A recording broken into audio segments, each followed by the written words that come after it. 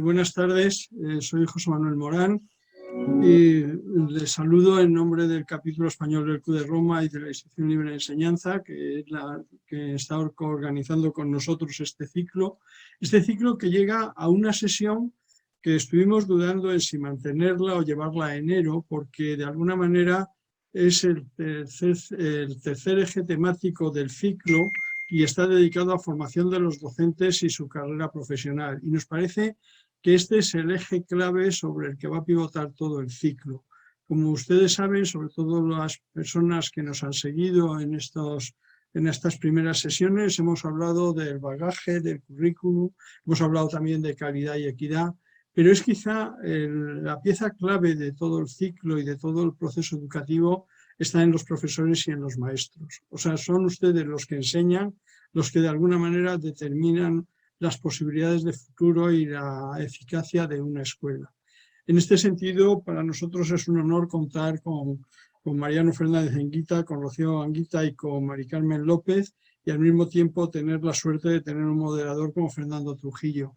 Pero nos sentimos tremendamente orgullosos de todos los ponentes que han accedido a participar en estos debates. Debates que nosotros los concebimos no como unos debates cerrados, sino que cuando pensamos en este ciclo, en el ciclo que estamos haciendo en paralelo sobre el envejecimiento o otro que estamos haciendo sobre pobreza, los hemos creado con la idea de ser unos seminarios permanentes que volvamos sobre el tema, que no nos quedemos en decir, bueno, hemos hecho 10 sesiones y ya cerramos. No, seguramente si esta sesión la hiciéramos dentro de un año, seguramente ustedes harían aportaciones nuevas, tendríamos unas perspectivas nuevas, porque estamos en una sociedad tremendamente dinámica que quizá el problema es que no nos permite mirar mucho hacia atrás y sí, sin embargo, intentar ver en la niebla que tenemos por delante, en la gran incertidumbre de cómo se va a conformar la sociedad, cómo nos vamos a comportar todos en estas sociedades llenas de incertidumbres, llenas de complejidades, llenas de momentos disruptivos y de tecnologías disruptivas que hacen que no podamos aplicar modelos del pasado, sino ver en qué modelos tendríamos que movernos en un futuro inmediato y en un futuro a medio plazo. Yo no voy a hablar más esta tarde, esto me lo van a agradecer ustedes porque suelo ser más bien de natural pesado, y dejo la palabra a Fernando para que él como moderador dirija el debate. Agradecerles a todos los asistentes, pero especialmente también a nuestros maravillosos ponentes, esta sesión que seguro que nos va a ilustrar y nos va a obligar, Carlos, que ahora Carlos le acabo de ver ahora en pantalla, nos va a obligar a que la próxima, si la hacemos híbrida y presencial, tengamos que, bueno, no sé, pues repartir otras cosas para que resulte tan espectacular como seguramente va a ser esta sesión. Muchísimas gracias. Bueno, muchas gracias, José Manuel. Te agradezco que me llames Fernando, que es mucho más guapo, listo e inteligente que yo, pero bueno, haremos lo que podamos para... Pues es que yo tengo mi papel, sí, Carlos, pero yo tengo mi papel Fernando Trujillo. te hemos dado el cambiazo en el último minuto y Claro, veo es que me parezco mucho a Fernando. Está muy bien y además que es un honor que la simple confusión con él para mí ya es un gran honor. Bueno, muchísimas gracias, José Manuel. Creo que planteabas bien los retos importantes de la docencia, que es una profesión fundamentalmente tremendamente compleja en estos momentos, y también al situar, que casi ha sido así, no sé si a propósito, el eje temático de la docencia prácticamente en el medio de este largo ciclo sobre la educación en la encrucijada. Es efectivamente el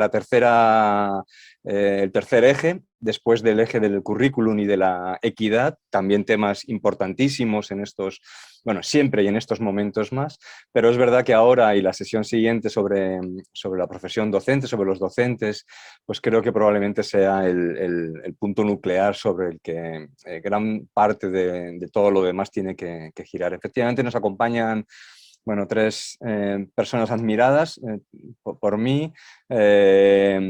Mari Carmen López López, que es profesora titular de la Universidad de Granada, de la Facultad de Educación, en el Departamento de Didáctica y Organización Escolar.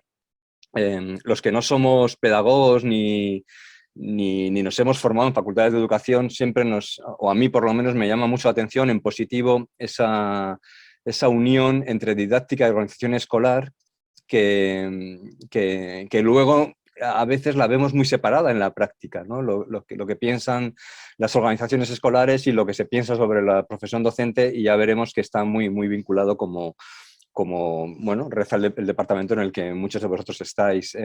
Rocío Anguita es también profesora titular de la Universidad de Valladolid, en este caso, también en un departamento de pedagogía.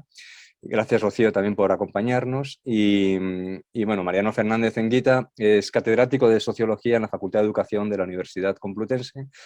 Los tres lleváis unos cuantos años, lo comentábamos hace un momento, pensando sobre la profesión docente, pensando sobre la educación, y no solo pensando, sino ejerciéndola, en tanto que todos sois profesores universitarios, y también tratando de hacer una cosa muy difícil, que es enseñar a enseñar, enseñar a ser docentes, que no es nada evidente, y probablemente sea uno de los puntos que esta tarde trataremos y tocaremos, ¿no? Cómo enseñamos a enseñar, o cómo tiene que ser también las competencias de los que enseñan a enseñar, que es un tema también, desde mi punto de vista, relevante.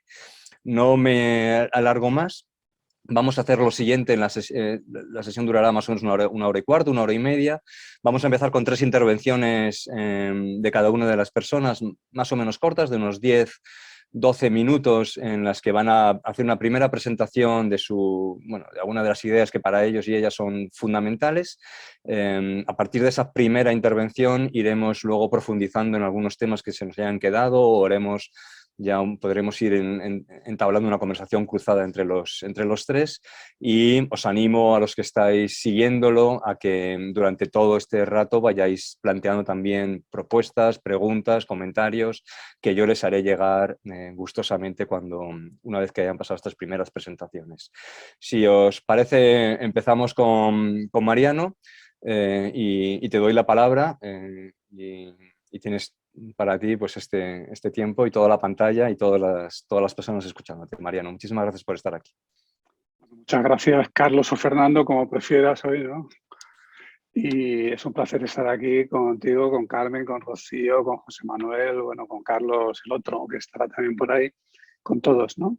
Y además me encanta este título del ciclo, La educación en la encrucijada, porque en su tiempo yo escribí un libro justo con ese título, de manera que si alguien quiere saber lo que es la encrucijada, pues bueno, ahí está, ¿no?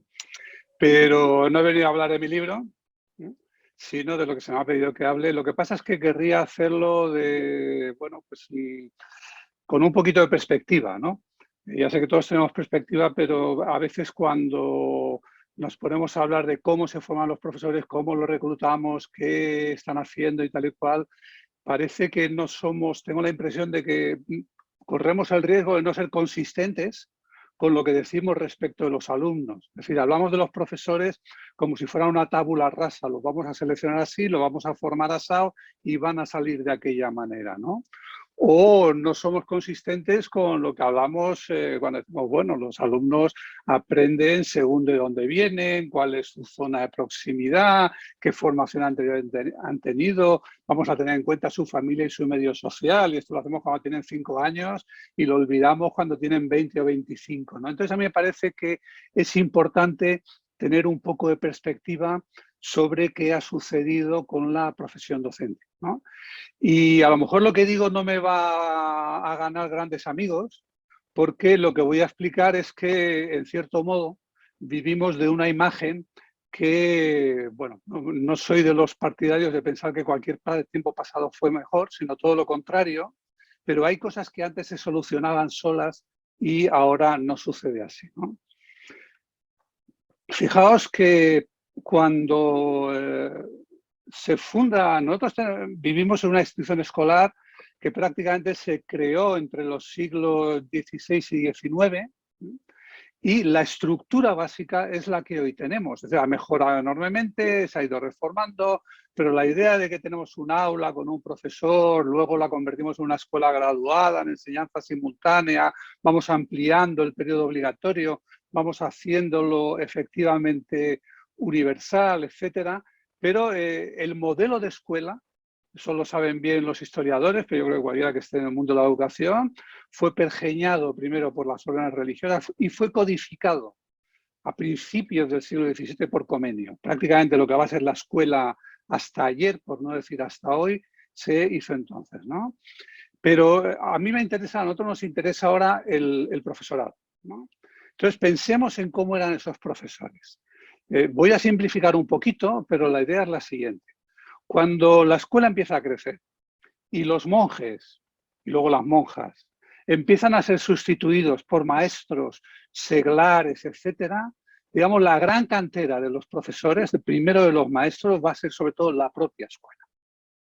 La escuela va a dar la oportunidad a alumnos de clases populares que son buenos alumnos, les va a dar la oportunidad de seguir siéndolo, de ascender socialmente, de aspirar a llevar eso que ellos aprecian y agradecen, esa cultura que les ha traído la escuela, aspirar a llevársela a otros, etc. De manera que vivieron un momento en el que, por así decirlo, los mejores maestros, y lo ampliaría tranquilamente a los profesores de cualquier nivel, se seleccionaban solos. En el origen tenemos sobre todo maestros varones de clase popular que, digamos, se seleccionan solos, son los que más ganas tienen de hacer eso. Pronto tendremos un proceso, hoy ya muy avanzado, pero que antes avanza poco a poco, un proceso de feminización en el que va a suceder 3/4 de lo mismo. Digamos que las mujeres con más ganas de salir de la esfera doméstica o de combinar su vida doméstica, familiar, lo que quieras, pero con otro tipo de vida que en principio les estaba negada, de acceder al trabajo remunerado, a la cultura, etcétera. Ese proceso de feminización nos va a sacar también, digamos, lo mejor o lo más inquieto de las mujeres en ese momento, ¿no? De manera que en ese momento, en ese periodo, que yo creo que son siglos, el magisterio y el profesorado se seleccionan solo, ¿no? Pero eso ya va produciendo modificaciones. Fijaos también que esto está estudiado, cuando las mujeres van sustituyendo a los hombres, probablemente eso mejoró en muchos aspectos la pedagogía, mejoró el trato a los alumnos, dulcificó la relación escolar, la hizo más humana, como en otros ámbitos, pero también cambia la composición de clase. Esas mujeres que van incorporándose al sistema educativo ya no proceden de las mismas clases populares, sino que proceden más bien de clases más acomodadas y forman familias con varones de clase más acomodada. Esto también se ha estudiado, no hemos tenido la fortuna o el acierto de estudiarlo en España, pero se ha estudiado mucho en Francia, ¿no? Como hay un cambio de la composición social que va a producir un acercamiento, digamos, de la escuela a las mujeres, pero también tiene la otra cara, la cara B, que es un alejamiento de la escuela respecto de las clases populares y particularmente respecto de los alumnos varones de las clases populares, ¿no? Y ese proceso va a seguir. Digamos, aquellos alumnos para los cuales, aquellos brillantes escolares, hombres primero, mujeres después, para los cuales la escuela es el horizonte, bueno, pues van a cambiar sus horizontes. Van a aspirar a otras carreras, a otros recorridos profesionales y la composición social del magisterio y el reclutamiento social del magisterio y del profesorado va a cambiar. De manera que yo creo que si lo dijéramos en términos de estratificación, yo sé que esto puede haber quien no le parezca bien la definición, ¿no? Pero digamos hay un declive social, en el sentido de que la extracción del profesorado pues va siendo de capas sociales más humildes y por lo tanto con menos formación, etcétera, etcétera, mientras que los otros, digamos, los que han elegido bien la familia al nacer, por decirlo de algún modo, los que tienen mejores resultados, pues digamos, alimentan otras aspiraciones. También hay una cierta datos que indican que incluso en un plazo más corto, generacionalmente, por ejemplo, esto lo ha estudiado en Estados Unidos, Stephen Jones y otros, las aspiraciones y lo que ven en la enseñanza los profesores de la generación de los boomers, es decir, de la posguerra, en el caso de Estados Unidos, que es donde más se ha tratado, que correspondería a los 50, 60 de aquí, ¿no? Y luego la generación X y está por ver los millennials, tiene una visión distinta. Los boomers lo veían más como una aspiración, como una misión, como el trabajo como una forma de realización, mientras que las generaciones posteriores pues son más pragmáticas en ese aspecto, buscan más la conciliación entre otros aspectos de su vida, no solo el familiar y el trabajo, que ocupa un lugar menos central, son relativamente más conformistas respecto y menos reclamantes de autonomía en el aula en comparación con las generaciones anteriores, etcétera, ¿no? Entonces, ese cambio hay que tenerlo en cuenta. Se podría simplificar mucho de una manera que yo sé que es esquemática e injusta, pero lo diría así, ¿no? A medida que el sistema educativo crece, y crece quiere decir que mete a nuevos grupos sociales y que mete a los alumnos que en condiciones normales no entrarían, etcétera, y quiere decir también que mete más y más profesores y los va buscando en otros grupos sociales, diríamos que se produce un encuentro o un desencuentro, como queráis, entre esas dos curvas que veis ahí, que cualquiera que haya dado un primer curso de economía reconocerá enseguida como una curva de rendimientos decrecientes y una curva de costes crecientes. Es una simplificación, pero se podría resumir en lo siguiente. Cada alumno que metemos más es un poquito más difícil de educar. Y cada profesor que metemos más, digamos por sí mismo, es un poquito más flojo que los anteriores. Entonces la escuela vive un primer periodo de alumnos muy educables y profesores, digamos, fuertemente autoseleccionados, pero luego, a medida que crece, vive un periodo en el que sucede lo contrario, ¿no? Y yo creo que eso está detrás de los problemas que tenemos y la murga permanente con las ratios. Este es un primer cambio, que ha habido un cambio en la extracción. No me refiero a los modos de reclutamiento, a qué le vendemos a los alumnos, con qué los atraemos, sino simplemente a que es un tipo de gente distinto el que viene ahora a convertirse en profesor, ¿no? Y el segundo gran cambio es la relación entre el sistema educativo y el sistema informacional. El sistema educativo es muchas cosas, y especialmente en primaria y secundaria lo sabemos, y por si no lo sabíamos nos lo ha recordado la pandemia, la importancia de los cuidados, de lo presencial, etcétera, etcétera. Pero el sistema educativo tiene una dimensión ubicua, omnipresente y permanente, que es la información y la comunicación. Entonces, importa mucho cómo y de qué manera y en qué sistema y ecosistema informacional y comunicacional se inscribe la escuela. La escuela que nosotros conocemos, ya lo he dicho antes, es la heredera de, digamos, un modelo y un proyecto que nace al calor o en compañía y en sintonía con la imprenta.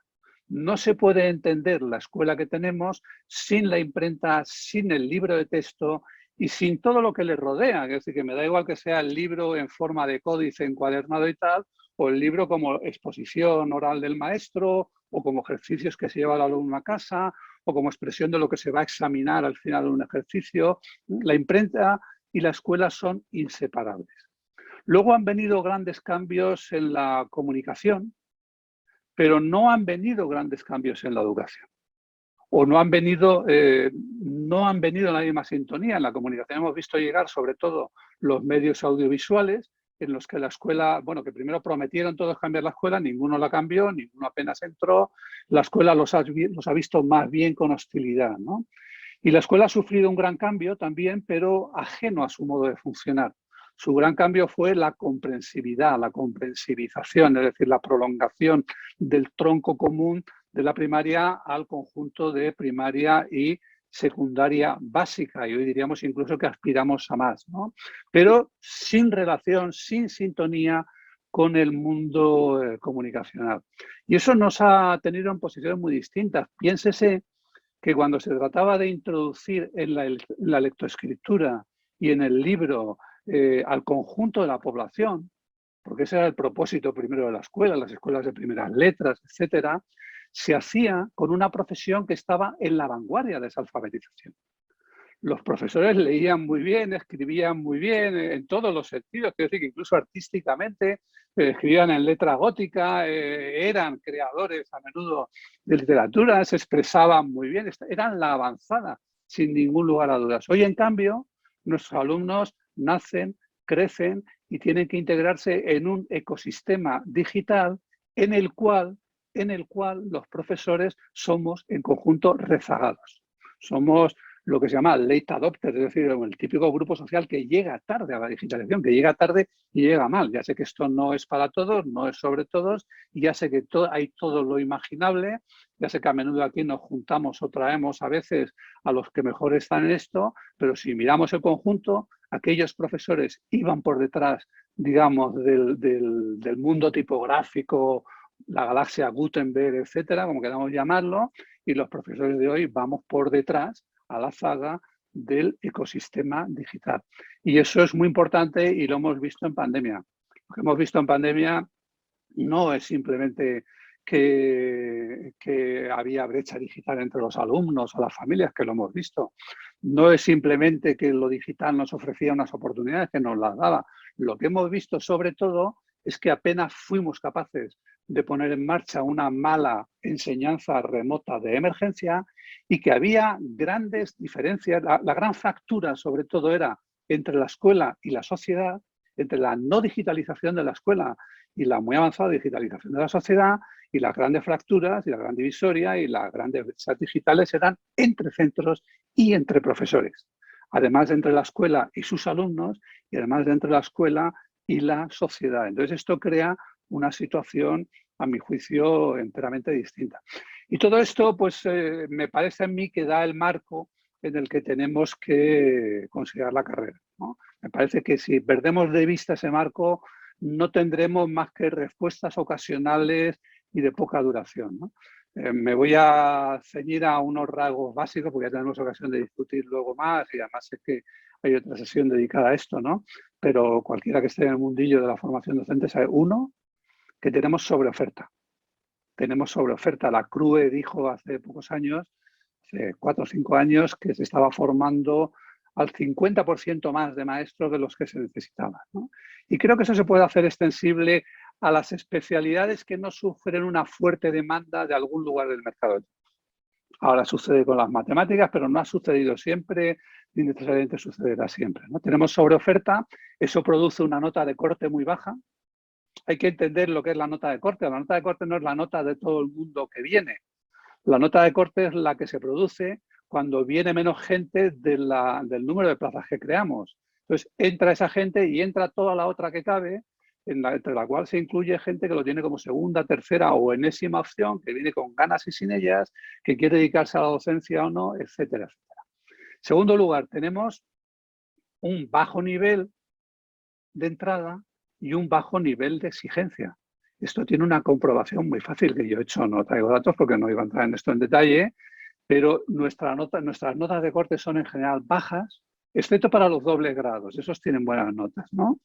Pero las notas de corte, y no hablo de magisterio, perdón, o sea, magisterio tiene típicamente una nota que a veces ha descendido hasta 5, a veces ha subido hasta 10, pero si vas a lengua y literatura, que es una carrera clásica, licenciatura enfocada masivamente hacia la enseñanza, te encuentras exactamente lo mismo, te encuentras la misma nota o menos, ¿no? Gente estupenda, claro, pero luego como la nota de corte permite que entre todos los demás, lo que tenemos es dificultades, ¿no? Todos estos profesores que luego se quejan de que no pueden mover un grupo si dentro de él tienen gente de poco nivel, con deficiencias, con dificultades de aprendizaje o lo que sea, digamos, en realidad lo que se están es moviendo por el modelo que ellos vieron en la universidad. Si en la universidad nos movemos por qué quiere hacer el último alumno, entonces francamente nos moveremos poco. Y lo que solemos comprobar es que con notas de corte baja, a las más bajas o entre las más bajas, tenemos las tasas de éxito más altas. Lo cual quiere decir o que hacemos milagros los profesores o que se transforman los alumnos, o lo más probable, que es lo que creo que pasa, que exigimos poco, ¿no? Después de eso viene una transición al trabajo que para la mayoría de la gente es sin ningún tipo de iniciación. Es decir, que la entrada ideal al mercado de trabajo para un alumno es: termino mi carrera, hago una oposición y entro. Luego la oposición, que a mi juicio es completamente inadecuada, también es difícil y por lo tanto no se entra de un día para otro.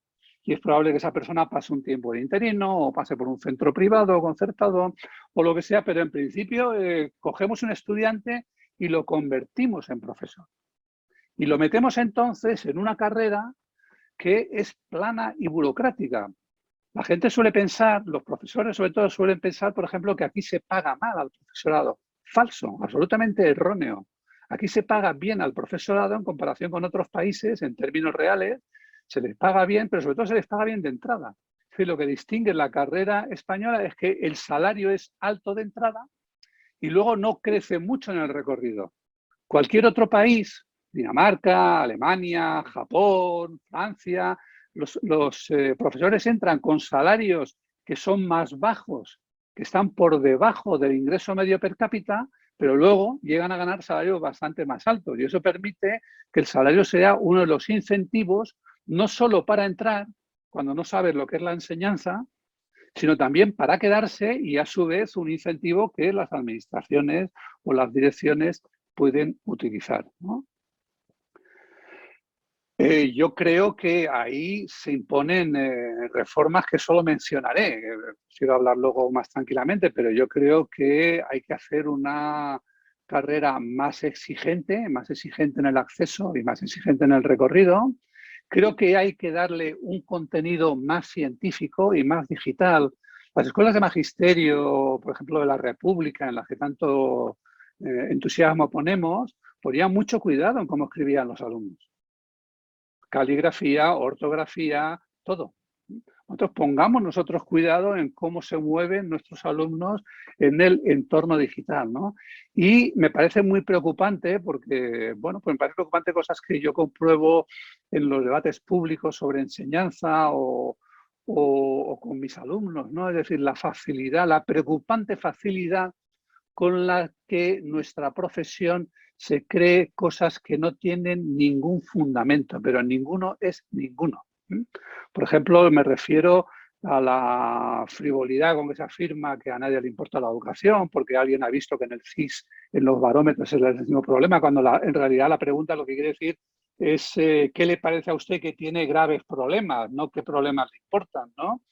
O la insistencia en que la profesión no tiene prestigio, cuando todas las clasificaciones salen cabeza con los bomberos, los médicos, etcétera, o la frivolidad con la que se dice una y otra vez que la ciencia y la reciencia han demostrado que la jornada continua es estupenda y que aprenden más los alumnos, cosas de ese estilo que son francamente alarmantes, ¿no? Creo que hay que ampliar el practicum y que nunca funcionará si depende de las facultades. Creo que el practicum tiene que ser algo que se haga como los médicos. No me gusta la comparación, porque el practicum de los médicos es otra cosa, pero sí me gusta la idea de que se termina la carrera y entonces se hace un periodo de prácticas. Y ese periodo de prácticas es formativo, es exigente, está pagado y es selectivo. Y creo que tenemos que ir a una carrera diferenciada y con incentivos y en la que sea posible la gestión de los recursos humanos. No podemos organizar todo en función de cómo quieren los profesores estar o acercarse a su casa progresivamente. Tiene que ser el empleador, en el caso de la escuela pública, claramente, las administraciones, quien tenga, digamos, cierta capacidad de decir dónde quiere llevar a un profesor, a otro. No digo absoluta, por supuesto que, digamos, en confluencia y en concordancia con los derechos y las necesidades de los profesores, pero no puede ser pura y simplemente una carrera burocrática. Y tenemos que apostar mucho por el desarrollo profesional y la formación continua. Si aprender a lo largo de la vida es importante para todos, para aquellos que preparamos a los alumnos para una vida después, pues mucho más, ¿no? Pero quisiera cerrar señalando que no debemos caer en eso que yo llamaría el error McKinsey, ¿no? McKinsey hizo muy famosa una frase que todo el mundo repite o mucha gente repite, que es que un sistema educativo no puede ser mejor que la calidad de sus profesores. Que se lo dijo no sé quién en Singapur o en Corea, no sé qué otro, entonces lo repiten y venga y vuelta y dale, y parece que nos justifica para hablar de selección, formación y tal. No es verdad. Ninguna organización es igual a la suma de la gente que la forma. Cualquier organización puede y debe ser superior a lo que es la simple suma de la gente que la forma. Cualquier gestor de recursos humanos o cualquier directivo en una empresa sabe eso. Cualquier directivo en la administración sabe eso. Y yo creo que muchos profesores, muchos directores y todos, muchos lo saben y todos lo deberían saber. Es muy importante cómo se organiza un centro, en qué contexto trabajamos. Los centros y los sistemas no son simplemente sumas, ¿no? Yo quisiera llamar especialmente la atención sobre cuestiones muy desatendidas como la codocencia, multidocencia o docencia colaborativa sobre el terreno, ¿no? Que yo creo que hace francamente maravillas, ¿no? Pero esta es una cosa a la que atendemos poco. Creo que todo eso es mucho más eficaz que la murga de las ratios. Yo creo que, vamos, apostaría con cualquiera a que si mañana bajáramos las ratios de un 10% alumnos, de 22 a 20 alumnos, de 25 a 22 y medio, lo que sea, los profesores no estarían mejor, los resultados no estarían mejor y el descontento sería más profundo, porque todo el mundo sabría que esperábamos más. Por ahí no vamos a ningún sitio. Por lo menos ese no es el camino, no son medidas complementarias, ocasionales, etc., ¿no?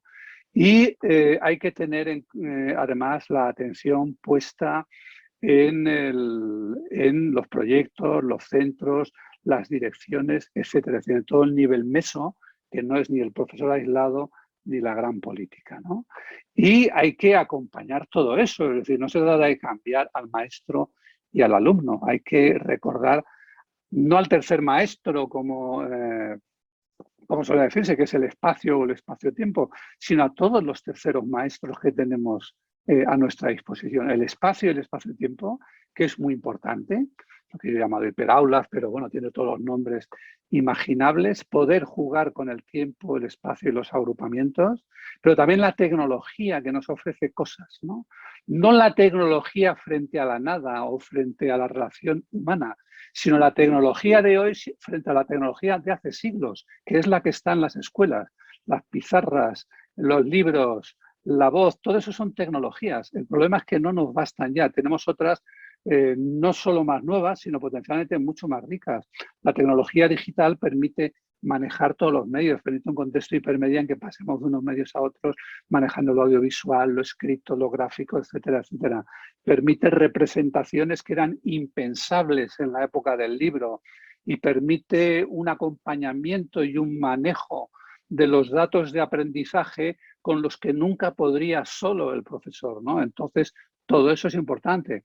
Y es importante también que recuperemos lo que estaba prohibido, que lo decimos, pero no terminamos de recuperar, lo que es el aprendizaje colaborativo. Es decir, que para el alumno no solamente está el profesor, sino que está el contexto, está la tecnología interactiva y están los compañeros. Y el profesor lo que debe hacer hoy es aprender a diseñar ese contexto como conjunto de experiencias, trayectos, oportunidades de aprendizaje. Y lo dejo aquí y ya volveré sobre lo que os parezca. Muchas gracias y perdón si me he extendido. No, un poquito, no te preocupes. Está muy interesante, muchísimas gracias. Creo que has planteado un panorama excelente y también de problemáticas y de posibles caminos a andar. Mari Carmen, tienes unos minutitos para hacer esta primera intervención. Gracias. Muy bien. Pues muchísimas gracias.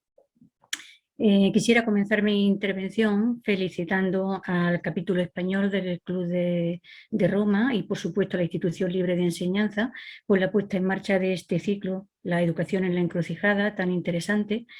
Y, de manera especial, quisiera agradecer a José Manuel Morán, vicepresidente del capítulo español del Club de Roma, y también a Charo Estrada, coordinadora general, pues la invitación a participar en este coloquio centrado en la profesión docente.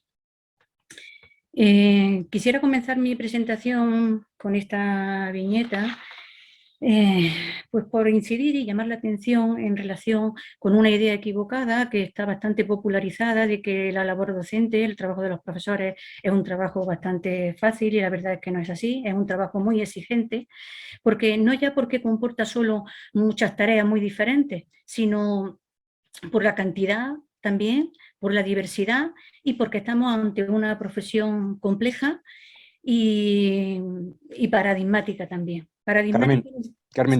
discúlpame, no se ve, cuando avanzas no estamos viendo el avance de las diapositivas. Decía que es una profesión exigente, al mismo tiempo compleja y también paradigmática en muchos sentidos, porque son muy frecuentes las disonancias que se producen entre lo que la profesión debe ser, puesto que es una profesión marcada por ideales, y al mismo tiempo lo que es, que no siempre es ni responde a las aspiraciones hacia esos ideales, ¿no? Entonces, en ese sentido, y a pesar de todo esto, se sigue considerando a la docencia como una profesión clave, decisiva, para garantizar una educación inclusiva, equitativa y de calidad para todos, como queda recogido en la Agenda 2030, en los Objetivos de Desarrollo Sostenible, y son numerosas las organizaciones que relacionan la calidad del sistema educativo con la calidad de los docentes, y así también los marcos normativos que ratifican esta idea, y he puesto el ejemplo de la LOE, concretamente del artículo 1M, aún todavía en vigor, que se apoya en esa relación entre la función docente y la calidad de la educación. Todas estas cuestiones ponen de manifiesto efectivamente que estamos ante un escenario que reivindica y que demanda unos docentes de mayor calidad. Pero de acuerdo con la expresión acuñada por la propia OCDE, un cuerpo docente de gran calidad no es otra cosa sino el resultado de una serie de decisiones políticas y su implementación a lo largo del tiempo. Por eso me ha parecido interesante que podría, para este momento, mostrar algunos datos sobre cómo está la situación de la profesión docente en estos momentos como fruto de la implantación de esas políticas que se han ido asumiendo a lo largo del tiempo, ¿no? Se ve como, o sea, se están viendo la progresión en la presentación, ¿vale? Entonces yo creo que es más, quita la presentación para nosotros, que deja de compartir, te pones tú la cámara y te vamos viendo a ti, vale. Y es mejor. Bueno, pues aquí tenía unos datos, es una pena, ¿no?, que no se puedan compartir, que ustedes los puedan seguir, pero bueno, voy a comentar algunos de ellos a modo de ejemplo. Según la Fundación Barkey, en un estudio que hizo en 2018 sobre la situación mundial del profesorado, ponía de manifiesto, entre otras cosas, que la profesión docente no figura en puestos destacados, ni en valoración, ni en respeto, ni en remuneración, en comparación con otras profesiones. En este sentido, pues no sé si habrá alguna diferencia con respecto a lo que Mariano ha comentado anteriormente, y en este estudio se ponía de manifiesto, por ejemplo, una relación de los 10 países en los que más se valora la profesión docente y los 10 países en los que menos se valora. España figura entre los 10 países que menos valoran y respetan la profesión docente. En este mismo estudio se pone de manifiesto también cómo en la mayoría de los países, en gran parte de los países, existe un desequilibrio entre el estatus conferido a los profesores y la competencia profesional que estos tienen. Ese desequilibrio enfatiza de alguna manera que el estatus concedido a los profesores siempre está por debajo de la competencia profesional que desarrollan este tipo de profesionales. Según el informe también de las políticas de la OCDE sobre políticas docentes efectivas, en más de un tercio de los países, los docentes que trabajan en contextos desfavorecidos están menos cualificados y cuentan con menos experiencia que aquellos otros que trabajan en otro tipo de contextos, digamos, en otro estatus, ¿no?, situado en otra posición. El informe de docentes y directores de centros educativos, también de la OCDE, entre otras cosas, señala que la mayoría de los docentes son mujeres, concretamente un 68%, pero solo un 47% ocupa cargos de dirección o están y forman parte de los equipos directivos. El informe sobre la profesión docente, ahora ya centrándonos en la Comisión Europea de 2018, y por tanto nos referimos al contexto europeo, señala que entre los problemas más acuciantes con los que se encuentra la profesión docente están relacionados con la escasez de profesores, la distribución desigual de los mismos, las altas tasas de abandono y el envejecimiento colectivo del colectivo docente. En este último aspecto, el último informe de la OCDE de 2021, relativo al panorama de la educación, muestra datos, diferentes tablas que quedaban recogidas, algunas de ellas en mi presentación, sobre la distribución por edades de los docentes según el nivel educativo.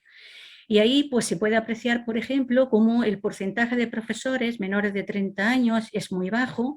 Sin embargo, hay unos porcentajes elevados, bastante elevados, superiores o iguales al 50% del profesorado en el tramo de edad mayor de 50 años en países, por ejemplo, pues como Italia, como Estonia, como Lituania y cercano a nosotros como es Grecia, Portugal y la misma Italia, ¿no?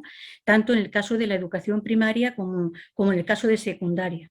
En el caso de España, por ejemplo, y según estos datos de 2021, el porcentaje de profesores con edad superior o igual a 50 años estaría en torno al 32% en primaria y próximo al 40%, 38% concretamente, en el caso de la educación secundaria.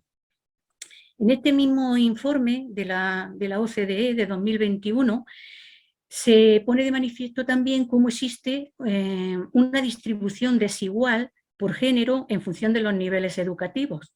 Entonces, aunque es cierto que la profesión docente es una profesión altamente feminizada, esa visibilidad de las docentes mujeres se concentra en el nivel de preprimaria, para nosotros educación infantil, y va disminuyendo a medida que vamos avanzando dentro del sistema educativo, situándose, por ejemplo, en el caso de los másteres y doctorados, en torno al 40, 30 y tantos %, mientras que en el caso de educación infantil está superior al 90% en todos los países, incluso en algunos de ellos el 100%.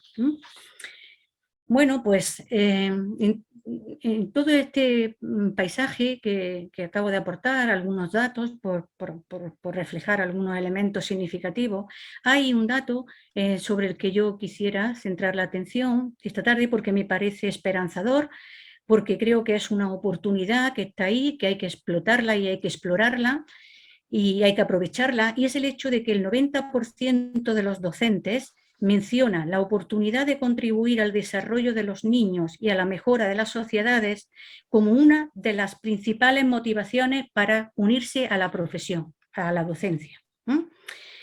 Sin embargo, esta nota, y somos conscientes porque tenemos que ser realistas también, ¿no?, que esto debe de acompañarse con políticas que vayan en consonancia pues, con la necesidad de tener que potenciar ese potencial, ¿no?, que implica el que las personas accedan a la profesión con ese propósito y con esa motivación. Y en este sentido, yo creo que necesitamos en la profesión unas políticas docentes que sean integrales y coherentes.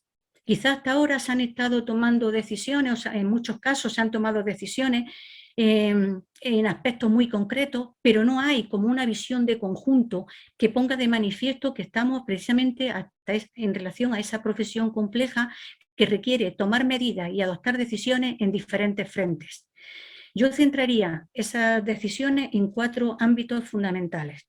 Decisiones relativas a la carrera profesional, relacionadas con las condiciones laborales de los docentes, con las propias instituciones educativas, a las que ha aludido también Mariano en su presentación, y también, por supuesto, al ámbito y a la necesidad de replantear la formación y el desarrollo profesional de los docentes. Y ahora, dentro de cada uno de estos grandes ámbitos, pues había notado que, en fin, voy a comentarlo rápidamente porque creo que después, en la segunda parte, podría ser motivo de debate. Con respecto a la carrera profesional, es importante que se tomen decisiones, y ya se ha dicho algo sobre eso, sobre los criterios de selección. La selección, el proceso de selección es fundamental y todos sabemos que básicamente en este momento priman los méritos académicos sobre otras cuestiones importantes para esta profesión, como podrían ser las actitudes y las aptitudes para pues desempeñar la tarea propia de un docente. Unido a todo esto, pues es clave y fundamental el proceso de iniciación a la enseñanza. Hay que cuidar ese proceso de acceso a la profesión con programas de acompañamiento, con una práctica tutorizada. Algo se ha insinuado también por parte de Mariano en este sentido, y yo también estoy de acuerdo con esto. Hay que revalorizar y revitalizar esa práctica tutorizada como parte del proceso de formación y de iniciación a la profesión. Habría que aumentar los apoyos a los docentes, porque esta es una profesión con importantes riesgos psicológicos también, y en ese sentido son interesantes los apoyos, la orientación profesional y el apoyo desde el punto de vista psicológico a los docentes. Hay que dotar de medios y de recursos al colectivo. Sería otro aspecto sobre el que habría que compatibilizar este tipo de políticas, estaría centrado en la dotación de sistemas de promoción, que no tienen por qué ceñirse a aspectos estrictamente de remuneración, sino profesionales, incentivos y estímulos profesionales para que deje de ser una carrera plana, y en eso creo que también, pues, por lo menos hay borradores, ¿no? En los que se está intentando avanzar en este sentido. Y hay un aspecto también importante, que es la necesidad de establecer sistemas de evaluación del desempeño docente, un tema un tanto delicado, pero quizá sería bueno establecer sistemas de evaluación periódicos y según tramos profesionales, de desarrollo profesional. Los sistemas de evaluación no pueden ser homogéneos porque la situación del profesorado en los diferentes estadios de la carrera profesional son diferentes, y entonces habría que ver cómo lo hacemos para que además de esto también tuviera ese sistema de evaluación un carácter no estrictamente sumativo y para la acreditación, sino también un carácter formativo para los propios docentes. Estos sistemas de evaluación pues, tendrían que contemplar también no solamente los resultados del trabajo de los docentes, sobre todo los resultados a corto plazo, ni mucho menos, sino que se trataría de ver también y de proyectar la contribución de los docentes en aprendizajes a un largo plazo, y también la contribución de los profesores al crecimiento económico, al desarrollo social y también a la mejora de los entornos. En este aspecto creo que hay un bajo nivel de compromiso con un problema global, ¿no?, que preocupa a la humanidad en estos momentos y que guarda estrecha relación con los problemas medioambientales, y son temáticas que están en un segundo lugar en los programas de formación del docente, y creo que debería de revitalizarse en lo que son la carrera profesional y el desarrollo de los profesores, ¿no? Con respecto al segundo aspecto, vinculado con las condiciones laborales y profesionales, pues uno de los datos de la OCDE, de los estudios que se han hecho en los últimos años, pone de manifiesto que gran parte de los países no cuentan con una planificación de la relación oferta-demanda ni a medio ni a largo plazo. Y yo creo que eso habría que reequilibrarlo, y habría que reequilibrarlo para, pues, por ejemplo, para corregir el problema de envejecimiento que se está dando, y también la escasez de profesorado, que aunque a nosotros, a nivel de España, esa situación pues en este momento no es algo que estemos sufriendo, pero sí es verdad que es una de las preocupaciones mayores a nivel europeo, ¿no? Habría que también, como condiciones, como forma de mejorar las condiciones laborales del profesorado, pues fortalecer la participación de los profesores en la toma de decisiones relacionadas con la educación, pues quizá, pues no sé, fortaleciendo un diálogo político que sea institucionalizado con las diferentes organizaciones que representan al colectivo profesional. Creo que es importante incrementar también la autonomía de los profesores, la colaboración institucional y una distribución, por supuesto, también más equitativa en base a la cualificación, a la experiencia y sin olvidar la perspectiva de género. Lo digo esto para evitar, por ejemplo, el que los profesores menos cualificados o con menos experiencia tiendan a concentrarse en los contextos más vulnerables, o evitar, por ejemplo, también que la presencia de las profesoras, de las docentes mujeres, estén infrarrepresentadas tanto en los equipos directivos como en los niveles educativos del sistema educativo más avanzado, ¿no?, más elevado, y no solamente en educación infantil, sino también en la educación secundaria y superior. Centrándonos en las instituciones educativas, pues considero también que habría que tomar decisiones relacionadas con la organización, el funcionamiento y la gobernanza de las instituciones educativas, porque son lugares de aprendizaje para los alumnos, pero son lugares también para el trabajo y el desarrollo profesional de los docentes. Y, como no, son organizaciones que pueden contribuir de manera decisiva a empoderar a los miembros de la comunidad educativa.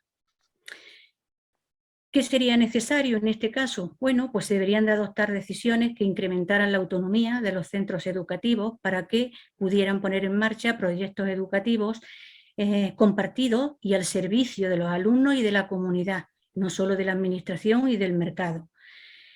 Trabajar en base a nuevas culturas institucionales basadas en la colaboración, participativas, inclusivas, sustentadas en el diálogo, en el consenso y en la corresponsabilidad con otros agentes sociales, forjando alianzas, ¿no? Y empoderando a los miembros de la comunidad.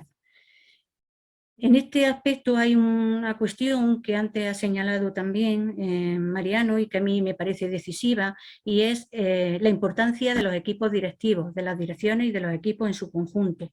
Y en este sentido, pues también subrayaría la necesidad de fortalecer los liderazgos, no cualquier tipo de liderazgo, sino un liderazgo más pedagógico, más democrático, más inclusivo, y mucho más comprometido, no solo con el desarrollo profesional de los docentes, sino también con la justicia social y la sostenibilidad de los entornos. Yo creo que tenemos dos grandes problemas, bueno, tenemos muchos, ¿no? Pero dos grandes problemas a los que la educación tendría que hacer frente con mayor visibilidad y con mayor grado de compromiso. Por una parte, la atención a la diversidad. Vivimos en una sociedad diversa y no hemos aprendido, creo yo, todavía suficientemente a cómo gestionar eso de una manera positiva. Y un segundo aspecto que preocupa y mucho a la humanidad, porque de ellos depende nuestra supervivencia, que son los grandes problemas medioambientales. Y en este sentido yo creo que las instituciones educativas deberían de comprometerse más activamente en la búsqueda de soluciones con respecto, al menos, con estas dos cuestiones. Y en este sentido, pues bueno, también y en relación con los equipos directivos, con las direcciones de las instituciones educativas, ya que hablábamos de políticas integrales, globales y coherentes, pues nos encontramos con algunos desajustes, ¿no? Por señalar algún aspecto interesante que luego ya si queréis se puede comentar. Y es el hecho, por ejemplo, de que en estos momentos la actual ley educativa de 2020 fijó para el acceso a la dirección, a los cargos de dirección de las instituciones educativas en centros públicos, la necesidad de presentar un proyecto de dirección que estuviera orientado al éxito de todo el alumnado, que fuera no discriminatorio y que de alguna manera garantizara la igualdad entre hombres y mujeres. Sin embargo, nos encontramos con la paradoja de que el programa de formación que tiene el Ministerio de Educación fijado para la formación de estos equipos directivos, de las personas que aspiran a ejercer la dirección en una institución educativa, entre los módulos troncales que figuran en ese programa, en ninguno de ellos hay ninguna mención a la importancia de la inclusión, de trabajar por una educación más equitativa, más inclusiva, que garantice esa igualdad ni entre hombres y mujeres y que no sea discriminatoria, ni una sola mención en la propuesta de formación de esos cargos directivos, a pesar de que se les pide un proyecto de dirección que sí sea inclusivo. Y finalmente, bueno, pues con respecto a la formación del docente y el desarrollo profesional, bueno, pues aquí habría quizá, pues no sé, que adoptar decisiones sobre enfocar la formación del profesorado y el desarrollo profesional desde una nueva perspectiva, desde unos nuevos enfoques, que asuman la importancia de la formación académica, que eso es algo que, bueno, porque ya lo sabemos, que es básicamente lo que se hace, pero también de una formación pedagógica no contemplada en la formación de todo el profesorado, sí del profesorado de primaria, del de infantil, relativamente en el de secundaria, inexistente en el caso del profesorado universitario. Creo que es importante esa formación pedagógica, creo que también es importante que se adopte un enfoque de la dimensión política de la labor de los docentes, porque la enseñanza es una actividad política también, del desarrollo personal, algo bastante descuidado también en general en los programas de formación docente, y el tema de la ética docente, que es clave, estratégico. Y bueno, afortunadamente desde 2010 tenemos un código deontológico de la profesión docente, pero también es verdad que es el documento más desconocido, no ya solo por los docentes que están realizando su proceso de formación inicial, que gran parte de ellos ni saben que existe, sino por los propios profesores en ejercicio, que tampoco es un documento sobre el que haya mucha reflexión y mucho conocimiento en torno a él, y que a mí me parece fundamental que exista. Y bueno, pues creo que esos nuevos enfoques tendrían que asumir todos esos elementos de la labor docente. Deberían también adoptarse decisiones desde el punto de vista de las políticas docentes para impulsar modelos formativos menos normativos y mucho más comprensivos y críticos, que se sustenten en la reflexión sobre las prácticas, sobre los modelos educativos asumidos por las instituciones educativas en este momento, sustentado también en la necesidad de impulsar la colaboración, y que todo esto, reflexión y colaboración, puedan derivar en mayores grados de compromiso con los problemas globales que en estos momentos pues preocupan a la humanidad. En este sentido, pues claro, estaría muy bien incluir nuevos contenidos relevantes relacionados con la ética, la interculturalidad, los problemas ecológicos, el desarrollo emocional de los propios docentes. Creo que hay que aprender a enseñar con otras metodologías, con otras iniciativas más transdisciplinares e interdisciplinares, que tenga un mayor impacto sobre la mejora de la práctica, como son, por ejemplo, las metodologías basadas en proyectos, o el aprendizaje basado en problemas, o incluso el aprendizaje de servicio. Y creo también que supondría pues mejorar la coordinación entre los propios docentes, creando equipos docentes de manera institucionalizada, no dejando a voluntad de los profesores, ¿verdad?, ni aprovechándonos de su buena voluntad, sino algo que esté institucionalizado, generar comunidades profesionales de aprendizaje dentro de los propios centros, y también impulsar esta colaboración entre las propias instituciones, que andamos un tanto descoordinadas. Creo que es importante revitalizar la relación entre la universidad, las escuelas, las instituciones educativas, y también la relación con la comunidad, y pienso que todo este esfuerzo de coordinación, de colaboración entre los agentes, ¿no?, entre los docentes y las instituciones, pues serían elementos que podrían contribuir a la mejora de los estudiantes, pero también a la mejora de las condiciones que rodean la vida social y los propios entornos, ¿no? Entonces, en este sentido, pues yo creo que podríamos, si os parece, dejarlo en este punto, porque seguramente que luego, pues como estáis viendo, son muchos los elementos, porque el desarrollo y la actividad docente es compleja en sí misma. Y bueno, pues podríamos luego dejar un espacio para ir comentando algunos de los aspectos que he mencionado. Gracias. Gracias, Mari Carmen.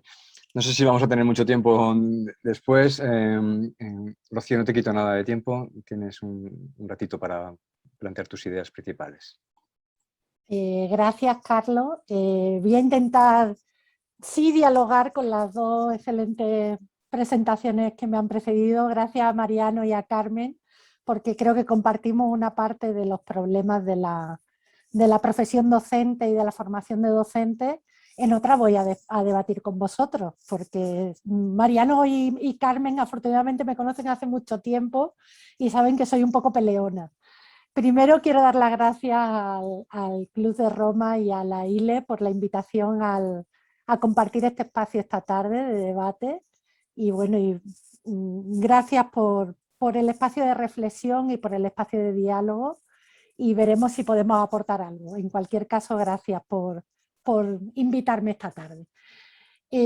Comparto con Mariano una preocupación que es crucial, y es que vivimos en el siglo XXI, y ese siglo XXI le ha dado la vuelta a las formas en que se están generando y se está transmitiendo y está circulando el conocimiento.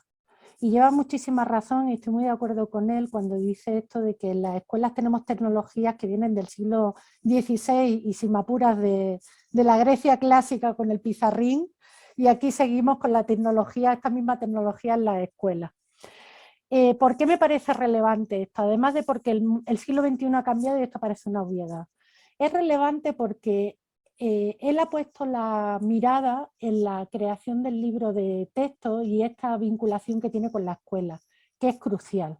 Pero es que donde habita ahora mismo el conocimiento no es ni en los libros, ni en las escuelas, ni en la universidad. El conocimiento se ha mudado a otros sitios. gracias a la revolución digital.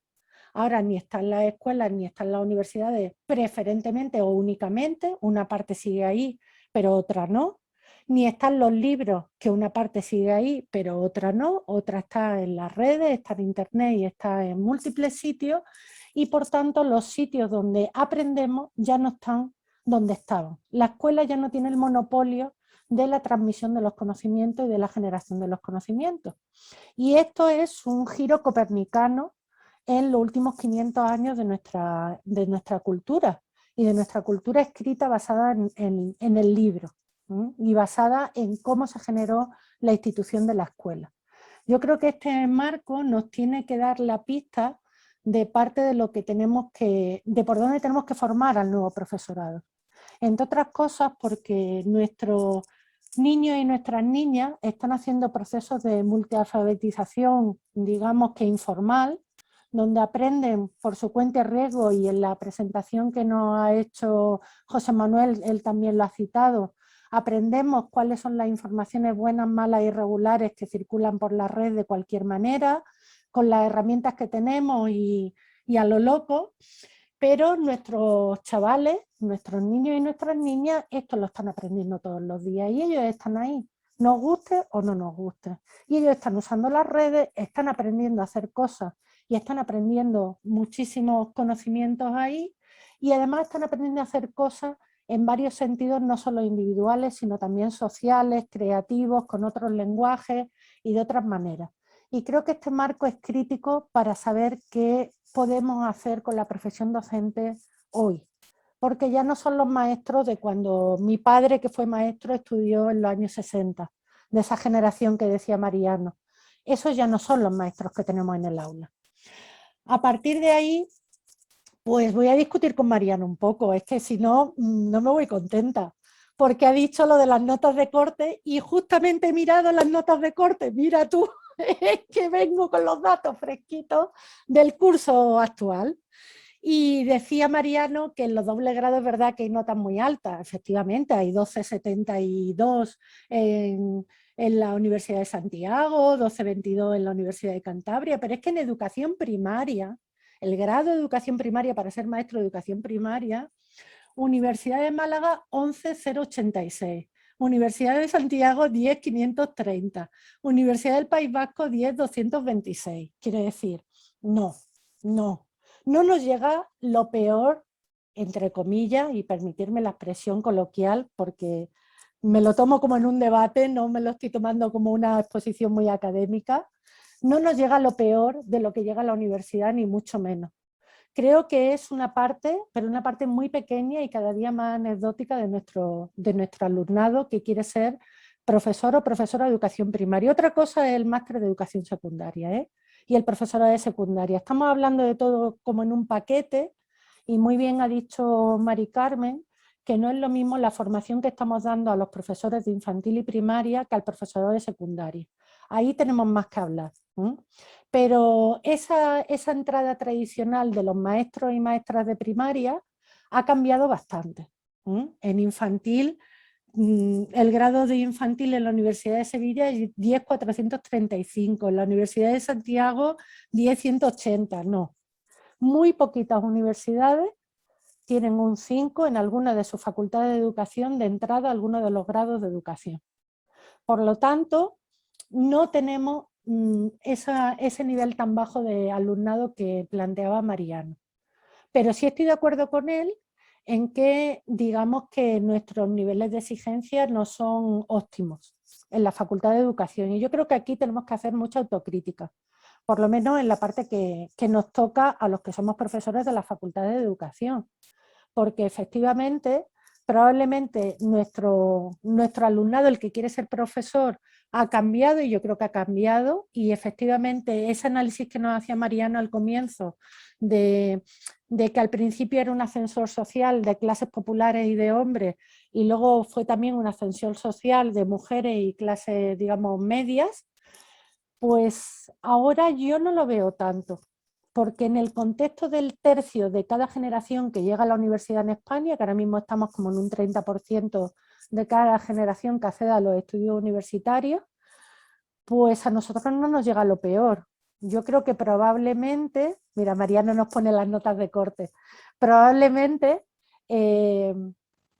lo que está pasando es que hay otras muchas carreras universitarias, digamos, de tipo generalista, donde sí que se está entrando con un 5, incluso en muchas ingenierías. Mi universidad, que tiene muchas ingenierías, ahora mismo hay nota de corte con un 5, pues en la ingeniería de telecomunicaciones, fijaros que una cosa que parece tan grande, pues estamos en un 5 ahora mismo. ¿Por qué? Porque ha dejado de ser una profesión atractiva, porque son unos estudios demasiado, no sé si complejos, pero los estudiantes no los sacan en el tiempo requerido, con lo cual tienes que tener un capital social añadido y económico muy potente en tu familia para poder sacar adelante una ingeniería de telecomunicaciones, porque no vas a tener beca, vas a tardar más de 5 años que dura el grado. Bueno, tiene otros elementos que yo creo que están jugando ahora mismo con el tipo de estudiante universitario que nos está llegando a la universidad, que desde luego no son las clases populares ni mucho menos. Está llegando las clases medias y las clases altas, y de esto hay muchísimos estudios, y tenemos ahí a los estudios de Saturnino que lo cuenta muy bien, y no le voy a dar yo clases de esto a Mariano, que es sociólogo de la educación, ni mucho menos. Pero creo que también hay que romper un poco ese mito. ¿Qué es el otro elemento clave que me parece a mí que traen nuestros estudiantes, los que quieren ser maestros y maestras a la Facultad de Educación? Pues traen un elemento clave terrible. Terrible porque ellos vienen de llevar toda la vida transitando por el sistema educativo como estudiantes. De media, 15 años de experiencia como alumnos sentados en un pupitre, 5 horas de media al día. Eso es una experiencia vital brutal que tenemos que cuestionar y con la que tenemos que trabajar, porque ellos traen un montón de asunciones sobre cómo funciona la educación, que son todas, digamos, que no están encima de la mesa, que son experienciales, que están en el mundo de las creencias, y con las que tenemos que trabajar para convertirlo en profesorado reflexivo, profesorado crítico y profesorado que aborde la educación desde otro punto de vista, como se ha dicho aquí. Y creo que comparto tanto con Mariano como con Carmen. Pero ese bagaje experiencial nos pesa mucho, nos pesa muchísimo, y es muy difícil de levantar. En un escenario donde lo que estamos promoviendo es otro tipo de profesor para otro tipo de mundo, para otro tipo de alumnado. Es complicado hacer esa transición, y yo creo que por eso está tan difícil hacer esa transición. Y luego os doy la razón de que solo hay una selección por nota de corte, una selección academicista, pero no hay una selección actitudinal, como bien proponía Carmen. Una selección donde pensemos algún tipo de pruebas que en algunos países nórdicos han hecho, y aquí me consta que algún compañero hizo algún pequeño experimento que luego publicó, donde veamos pruebas actitudinales, habilidades sociales, creatividad, pensamiento crítico, compromiso con la educación pública, con el bien común, quiere decir, compromiso con la infancia, si me apuráis. Eso que nuestros alumnos dicen mucho de yo estoy aquí porque me gustan los niños.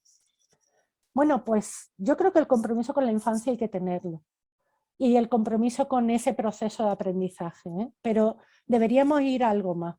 Desde mi punto de vista, para no alargarme mucho, a ver si logramos decir algo más en una segunda ronda. ¿Cómo debería cambiar ese rol del docente en ese nuevo escenario? Para mí deberíamos buscar ese cambio de hasta ahora hemos sido transmisores de información a ser diseñadores de experiencias educativas significativas para ese alumnado del siglo XXI. Y eso pasa por algunos elementos que ya se han puesto encima de la mesa. Algunos tienen que ver con el codiseño, con la docencia, con el planificar y desarrollar actividades educativas de forma autónoma, y otros tienen que ver con la capacidad de diagnosticar y de trabajar en contextos que son muy inciertos, como bien decía Carmen, que funcionan muy rápido, donde tú a veces tienes que tomar decisiones muy rápidas en un contexto muy, muy incierto, que es el aula, ¿no?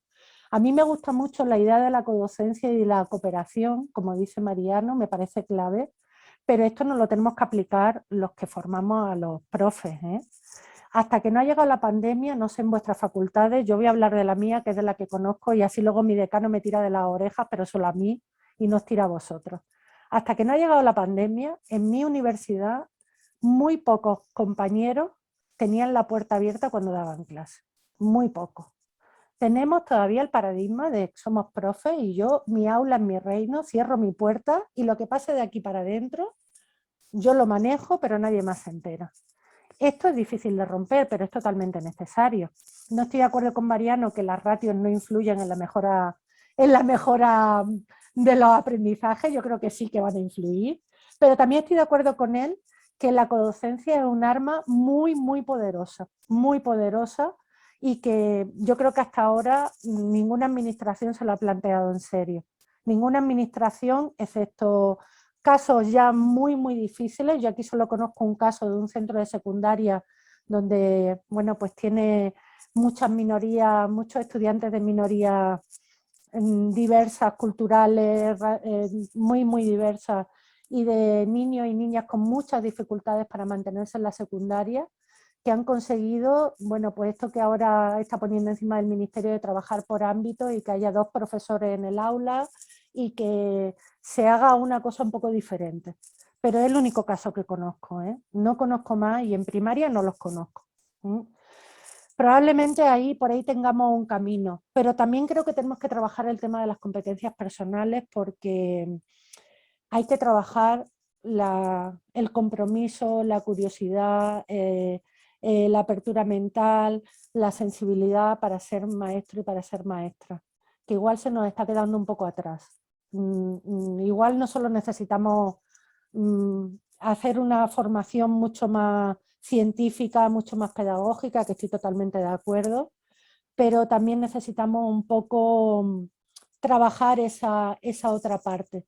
Y trabajarlo, yo creo que de una manera, ya esta es la última idea que os lanzo, porque veo que se nos hace súper tarde, pero trabajarlo con un ida y vuelta entre la práctica y la teoría, también en la formación inicial. Estoy de acuerdo con ese año de inducción guiada, evaluada, que es totalmente necesario. No sé si es un MIR, yo creo que no, porque no me gusta ese modelo, habría que pensar en otro, seleccionando bien a qué profesores tutorizan a esos estudiantes, que creo que es uno de los problemas que tenemos en los prácticos, pero desde luego la formación que tenemos que dar tiene que ir de la teoría a la práctica y de la práctica a la teoría todo el rato, los 4 años. No podemos esperar a que lleguen, en mi caso, a tercero de carrera para ir primera vez al practicum, luego en el último año de carrera van el segundo cuatrimestre que ya no tienen ninguna capacidad de retorno sobre qué están haciendo allí y repensar y reflexionar sobre algunas cosas o enlazarlas con algunos aspectos teóricos de los que hemos visto, bueno, por ahí. Me quedan muchas cosas en el tintero, pero bueno, no hemos hablado nada de la formación permanente del profesorado y qué pasa por ahí, no hemos hablado nada de qué pasa entre la diferencia entre la formación entre primaria y secundaria, y para mí un elemento clave que desde luego hay que retomar en la formación de docentes. Se han dicho algunos elementos que creo que está claro que son retos del siglo XXI también, que tienen que ver con la sostenibilidad del planeta, pero para mí, y los que me conocéis sabéis que no me iba a ir de aquí sin decirlo, el tema de la igualdad entre hombres y mujeres y qué conocimientos construimos y transmitimos que no sean los de la mitad de la humanidad, esto ya no tiene un pasar. Y no tiene un pasar ni en el currículum explícito ni en el currículum oculto. Como muy bien decía Carmen, se aprende y se aprende, sabéis mucho también de cómo estamos en las instituciones, y nuestros niños y nuestras niñas no pueden seguir viendo que las maestras y profesoras ahí están, pero nunca mandan, nunca son las que llevan la voz cantante y sus conocimientos y sus aportaciones nunca están en ningún sitio. Yo sigo haciendo este ejercicio con mis estudiantes de primaria, de abramos un libro de texto cualquiera de los que hay en nuestras aulas hoy y veamos qué pasa, y de verdad que el panorama es desolador, es desolador. Y no sé cómo de en serio nos estamos tomando el tema de la igualdad y todo lo que conlleva eso para combatir la violencia de género y la violencia en general. Yo lo dejaría aquí porque veo que se nos hace tardísimo, pero sí que quiero seguir un poco en este diálogo. Muchas gracias. Muchas gracias, Rocío. Sí, se nos ha hecho un poco tarde. En teoría deberíamos tener 10 minutos más, no mucho más. Es decir, no da tiempo a hacer una segunda ronda de ninguna manera, pero sí, sí que intervengáis los tres un poco sobre lo que no hemos hablado. Yo creo que habéis planteado tres excelentes primeras propuestas completísimas. Es verdad que solo esbozando los temas y sin poder profundizar en ellos, pero como decía Rocío, y los pocos comentarios que estaban saliendo en el chat, y a mí se me estaba quedando la cosa en la cabeza, no hemos hablado de qué hacemos con lo que tenemos en estos momentos, es decir, y que tiene que ver fundamentalmente con la formación permanente, es decir, qué hacemos con los casi 700.000 profesores en la educación no universitaria que están en estos momentos dando clase y que van a seguir dando clase en los próximos años.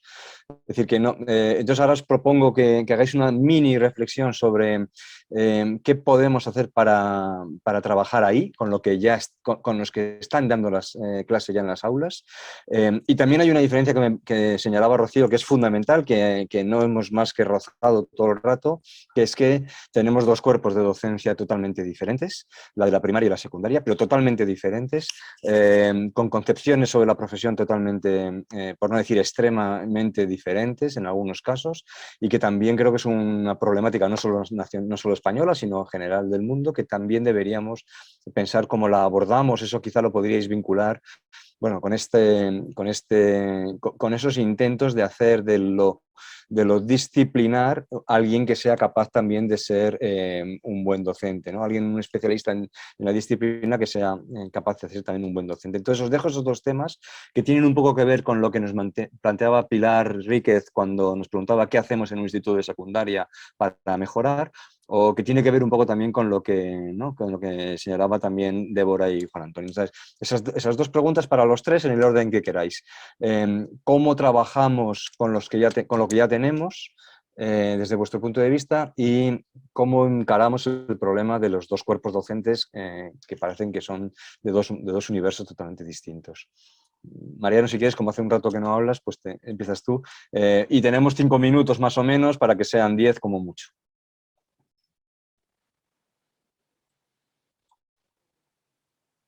Bueno, Mariano, tienes el micrófono silenciado. Sí, perdona. Si la cuestión es qué hacer con lo que tenemos y dónde lo tenemos, para mí lo fundamental es romper el aula. Romper el aula y romper con el maestro o el profesor individual. Hay 1000 maneras de hacerlo.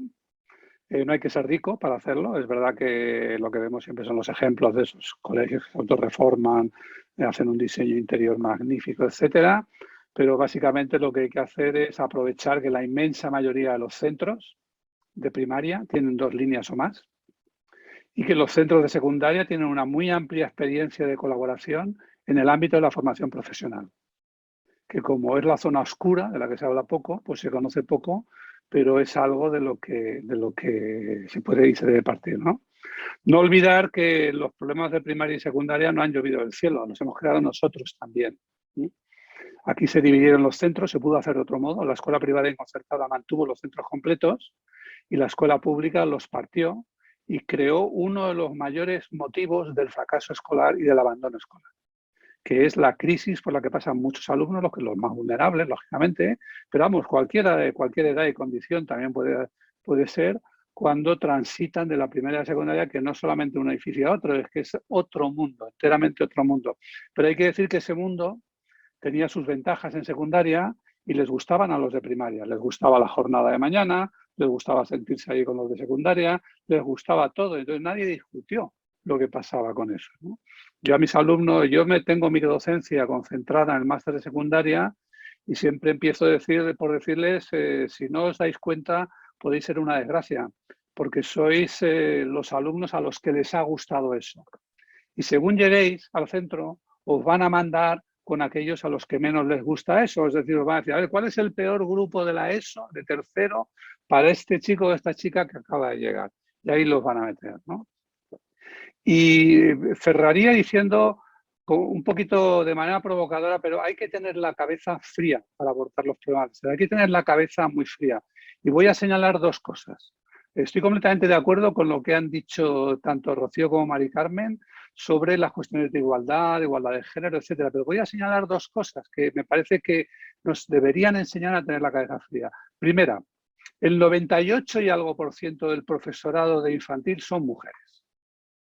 Entonces, no podemos estar diciendo que vamos a cambiar los libros de texto, que no sé qué, que no sé cuántos, que bla, bla, bla, y al mismo tiempo lanzar un mensaje de, mira, niño, en tu casa, tu mamá y papá se tienen que repartir todo. Tú, niña, tienes que ser igual que los niños. Pero aquí lo que hacemos es que los niños pequeños son cosas de las mujeres.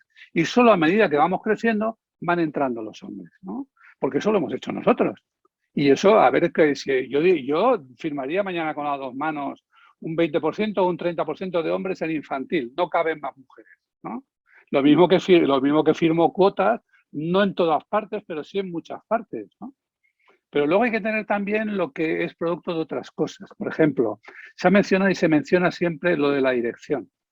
La dirección en España, desde la LODE, es selectiva. Y ahora es menos selectiva que antes, porque las administraciones intervienen más. Pero antes intervenían prácticamente cero. Y entonces, ¿por qué no había directoras? Bueno, porque el enemigo está en casa. Porque el enemigo está en casa. Y porque es más difícil para una mujer conciliar lo que se espera de ella que haga en casa con lo que podría tener que hacer si fuera directora o asumiera otras responsabilidades, etcétera, que para un hombre.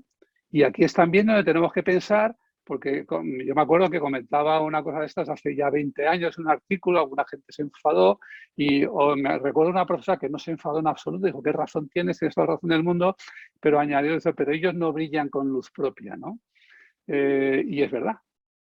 Puede ser, yo estoy de acuerdo con lo que decía Mari Carmen sobre que todo el mundo, bueno, ve o quiere ver una misión muy positiva, redentora, etcétera, en la enseñanza, pero no nos engañemos. Hay un paquete de incentivos que se llaman verano, horarios, jubilación, etcétera, que puede ser perverso. Entonces, esas cosas hay que afrontarlas. Si no afrontamos todo eso, con la tranquilidad de poder discutir de todo, con la tranquilidad de, oye, puedo decir lo que quiera o lo que crea, sin que es que no sé qué, o es que has hecho no sé cuánto, o es que no, tú no quieres que haya más profesores, no iremos a ningún sitio. Simplemente seguiremos en ese molinillo en el que estamos mucho tiempo que arreglamos pocas cosas.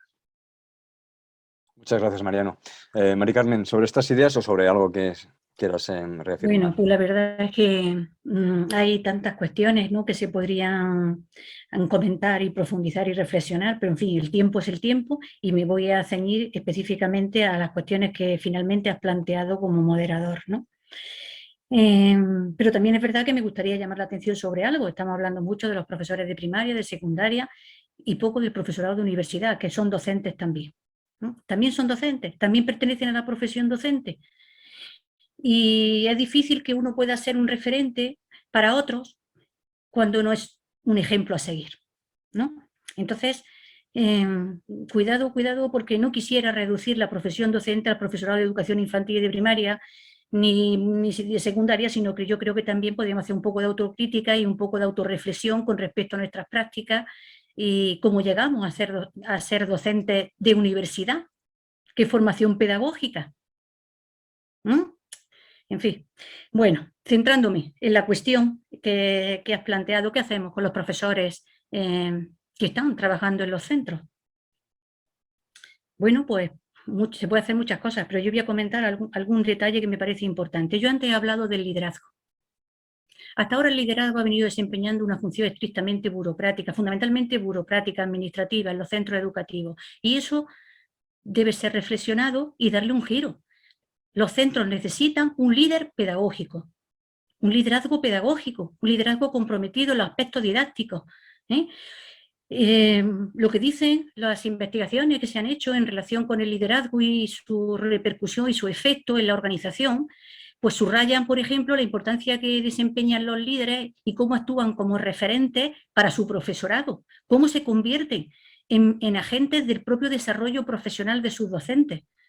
Yo creo que eso hay que, en fin, hay que darle más visibilidad, hay que impulsar esa visión del liderazgo como un líder pedagógico, eso es importante para cambiar las prácticas educativas en los centros, y eso no se está haciendo, y entonces, porque los directores están saturados de trabajo, pero están saturados de trabajo administrativo, y eso hay que corregirlo.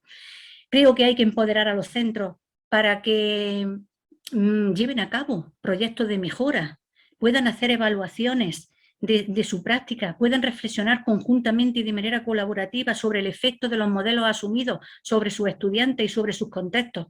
Y eso requiere unas condiciones de tiempo, de espacios, para la colaboración, para la coordinación, para la creación de equipos, para que los equipos se puedan reunir y planificar actuaciones que no se están dando. Y plantear procesos de mejora en las escuelas, ¿no?, sin que haya un tiempo y unos espacios, pues eso resulta muy complicado de hacer, y sin que haya unos liderazgos, que no tienen por qué ser miembros del equipo directivo, pueden ser directores de departamento, pueden ser coordinadores de ciclo, hay muchos tipos de liderazgo, ¿no?, a diferentes niveles en las escuelas. Yo creo que las escuelas son organizaciones con un potencial enorme que está por descubrir, y necesitan de unas condiciones para desarrollarlo. Por tanto, sí que se pueden hacer muchas cosas, pero también requieren, pues eso, de decisiones que apoyen y respalden ese tipo de iniciativas, y esas decisiones pues tienen que venir de esas políticas docentes a las que yo antes me refería, ¿vale? Con respecto a los dos cuerpos docentes, pues bueno, ahí está. Yo creo que es que la clave está en qué es lo que nosotros necesitamos, qué docentes necesitamos. ¿Necesitamos docentes expertos en disciplinas? ¿Necesitamos docentes que sean especialistas en procesos de enseñanza-aprendizaje? ¿Qué necesitamos? Vamos a buscar la coherencia en las políticas, que es lo que yo también antes decía. Sí, en función de lo que queramos, podrá tener sentido o no una formación del profesorado estrictamente disciplinar, pero si ofrecemos una formación estrictamente disciplinar, no podemos pedirle luego que sean especialistas en procesos de enseñanza-aprendizaje, porque esa no es la formación que se les ha proporcionado. Sabrán mucho de matemáticas, no sabrán cómo enseñarlo, no sabrán cómo crear un buen ambiente de aprendizaje, no sabrán cómo adaptar esa enseñanza de las matemáticas a la diversidad de alumnado que tienen, no sabrán desarrollar procesos de enseñanza-aprendizaje desde una perspectiva mucho más interdisciplinar, más vinculada con la realidad, con el contexto, ¿no? Entonces, yo creo que la pregunta clave es ¿qué profesores queremos? Y una vez que hayamos aclarado esto, adoptar decisiones que sean coherentes con la decisión que se haya tomado. En fin, yo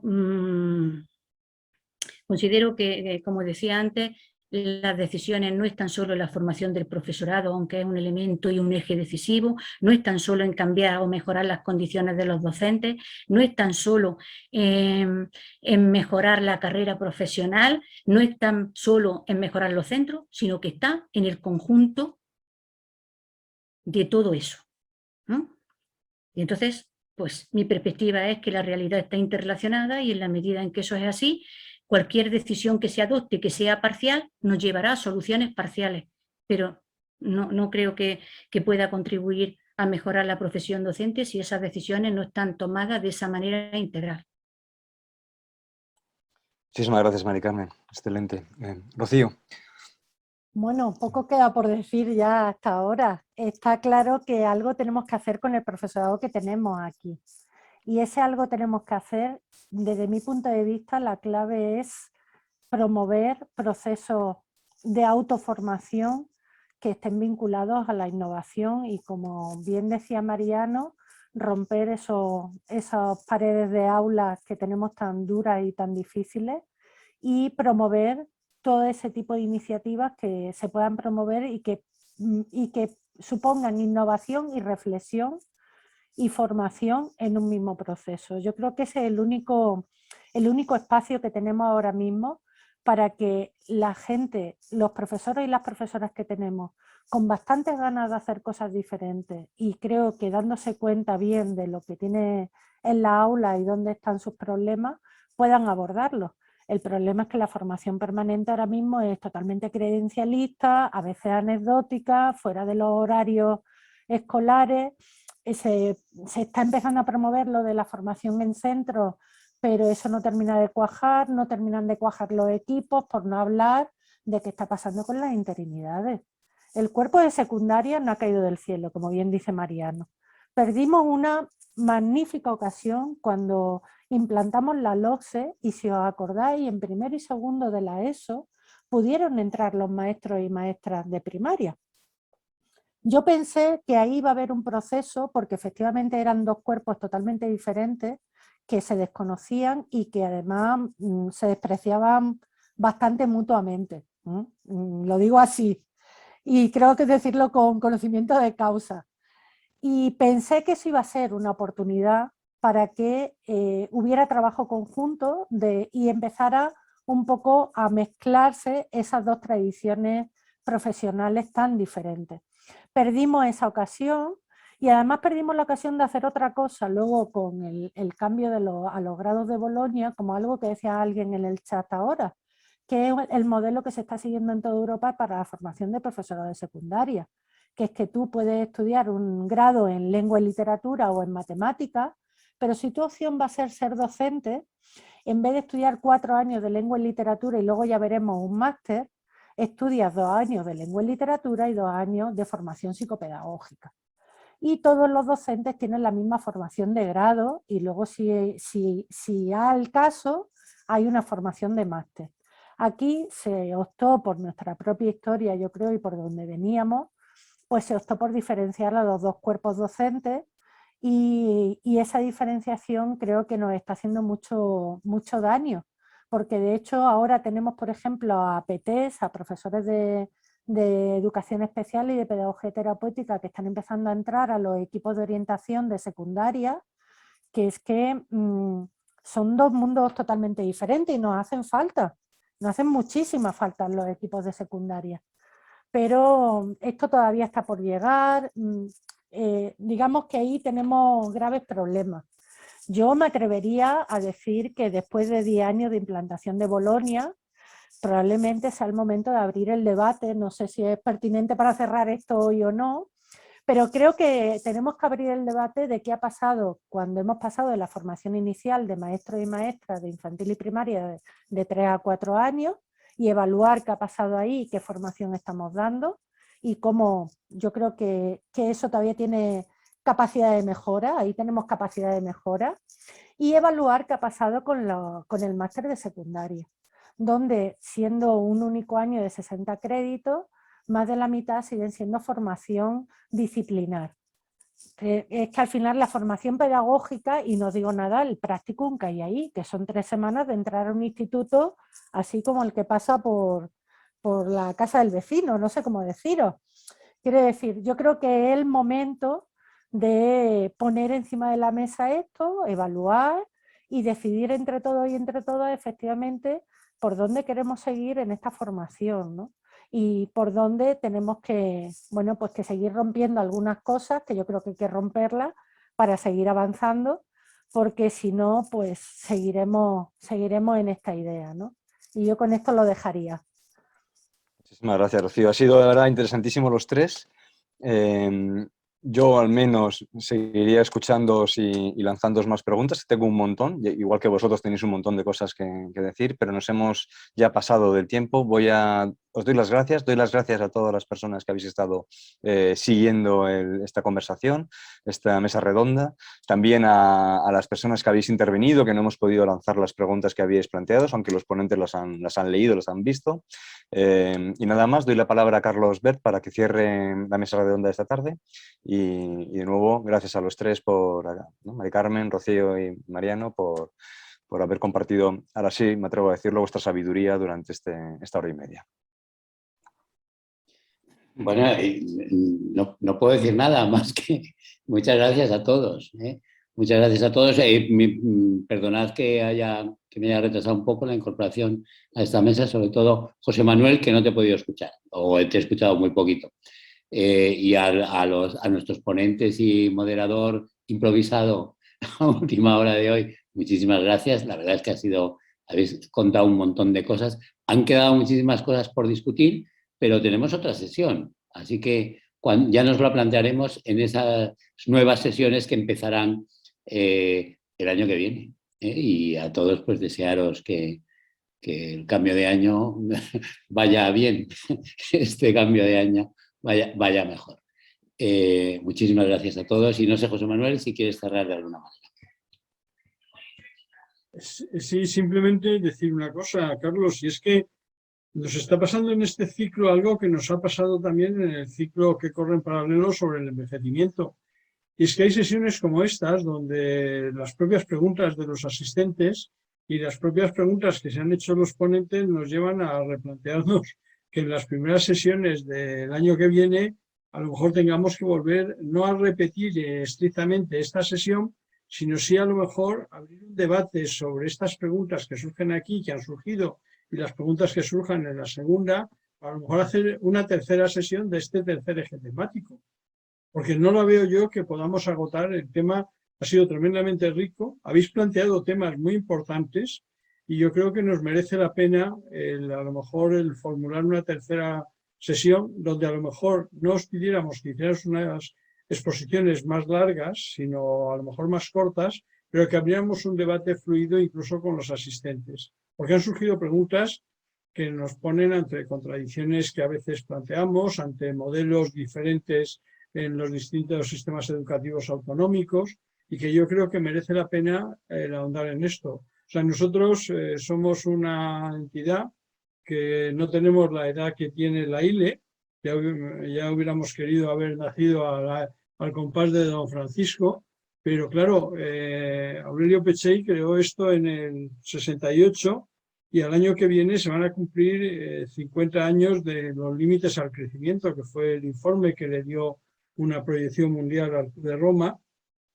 Pero cuando hizo ese informe, y desde entonces el Club de Roma siempre ha pensado a medio y largo plazo y ha pensado que en cada momento el escenario y la perspectiva cambia y es diferente. Y entonces no puedes cerrar los debates. Tienes que mantener un debate abierto que lo debes de ir alimentando con las dudas, con las contradicciones, con las incertidumbres que se viven.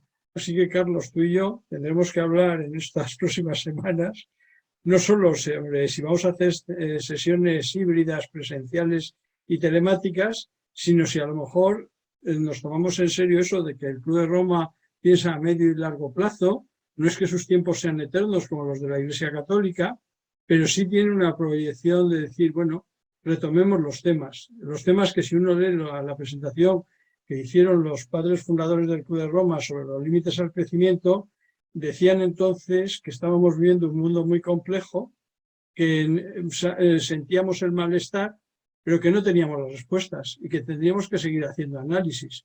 Llevamos medio siglo haciendo análisis, pero me da la sensación de que no nos va a valer con otra sesión. Vamos a tener que hacer unas 2 o 3 sesiones más, no para el medio siglo, pero sí para abrir un debate sumamente rico como el que habéis mostrado. Yo os lo agradezco enormemente, nos dais muchas pautas para la reflexión y yo creo que a lo mejor tendremos que replantearnos el modificar ese tercer eje temático que solo tenía 2 sesiones, que a lo mejor tiene que tener alguna más. Así que nada más, cuidaros mucho, cuidaros muchísimo, disfrutar las Navidades, vivir el momento. No penséis en el 22 mucho, tampoco penséis ni en el 19 ni en el 20, sino vivir el momento, porque yo creo que en estos momentos la complejidad y la incertidumbre es de tal naturaleza que nadie sabremos si en enero podremos ir a la hibridación o tendremos que cerrar los negocios. Así que esperemos que todo vaya bien, cuidaros, disfrutar de vuestras familias y vuestros amigos y que el próximo año nos sea propicio a todos y podamos seguir haciendo seminarios permanentes.